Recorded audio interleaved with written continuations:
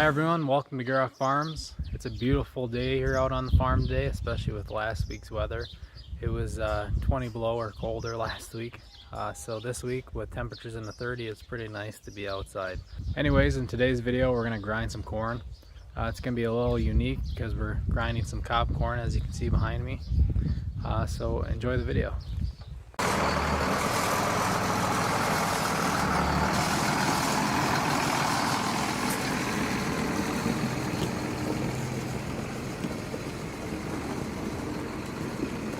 Alright, so we're using the 7810 to grind feed.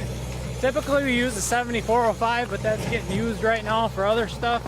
It has the loader on it right now. During the summer, we'll normally hook the Gehl 100 up to the 1066 because we don't really need four-wheel drive around the yard during the summer. And the John Deeres are getting used for other stuff.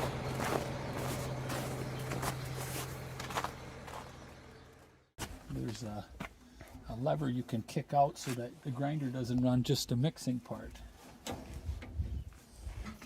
That way you don't use as much horsepower for just mixing and not grinding.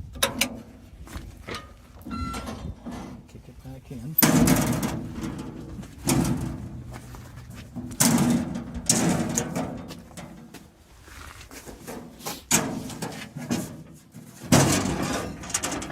Huge flywheel.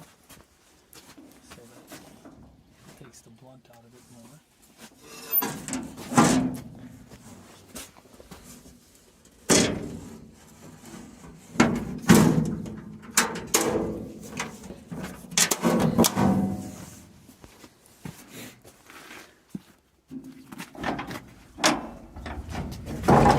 And here we got the screen.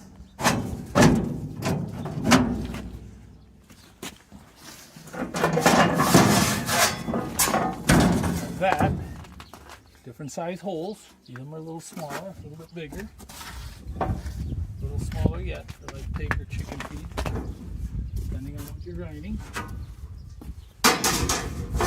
They do get worn a little bit where they get really smooth, where they won't quite mash it up quite as good.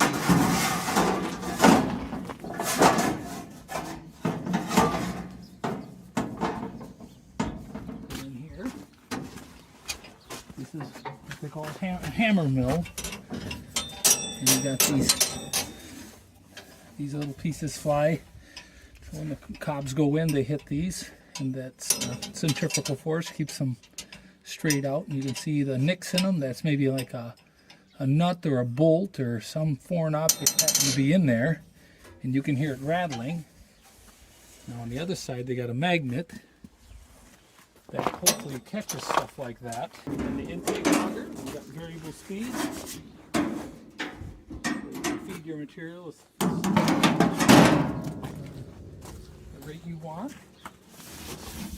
And then here, that's a huge magnet. And if something gets in there that shouldn't get in there, that catches it. And it's not as fine of a salt as sometimes you get, but it's no different in your table salt. Just a coarser version of it.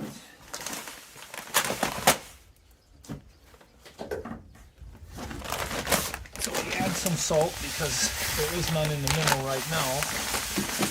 And just use a 5-gallon pail to get a pretty good estimate of how much we want in it.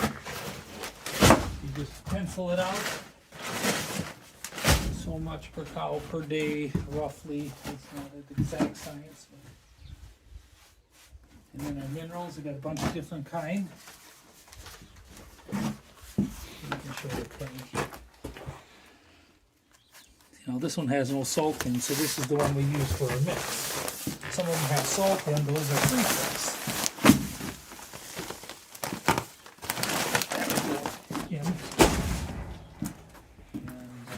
Vitamins, which I feel this is the most important for milking cows, especially, or pregnant animals. And I put in about 10 pounds. Now We can measure this out using a small pail or something and get it all exact. But generally you get the idea. So, and then we got our oats, which we'll stick in. We stick in 10 pails roughly. Depends on, we don't have that much oats right now, so it's just some. And our shelled corn, which my auger doesn't work, so we're going to pail it in. So our salt and mineral and our vitamins go in through the side of the mixer so it doesn't go through the hammer mill. But then obviously our oats and then our shelled corn and then our cob corn over there is going to go through the auger and the hammer mill before it gets into the actual mixer. So I'll show you guys that.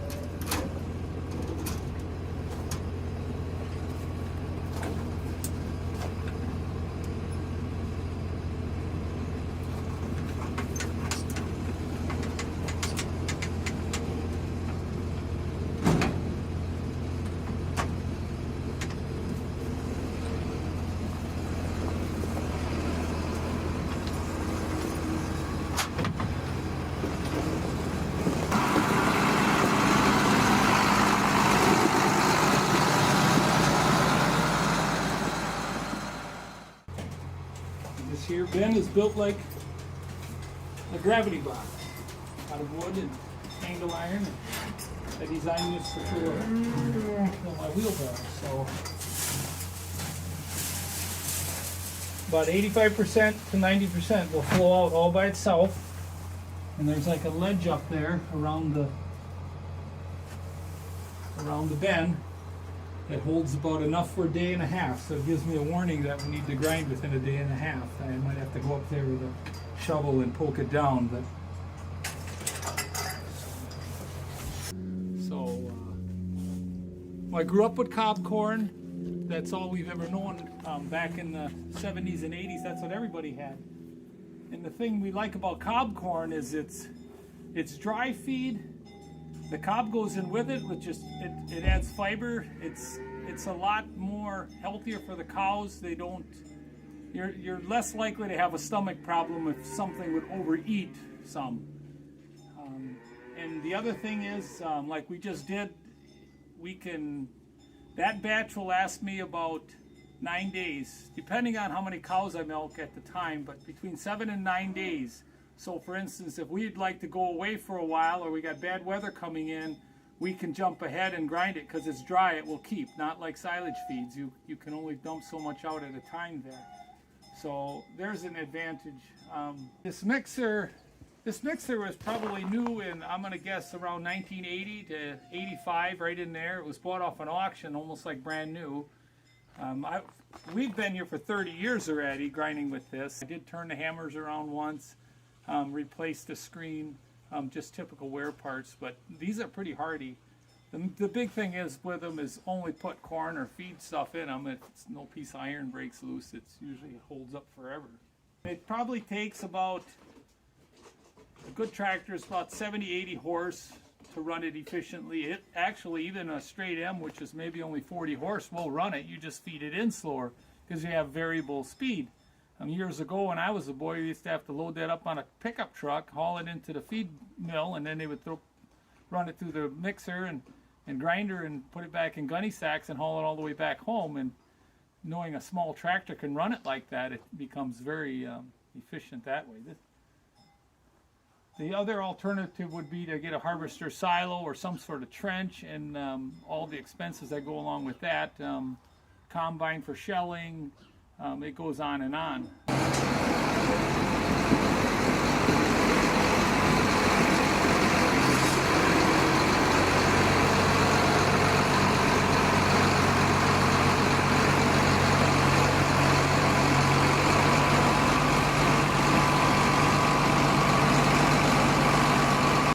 All right, thanks for watching the video. That was a little snapshot of grinding corn here on the dairy farm. You got to meet my dad. He got to explain how the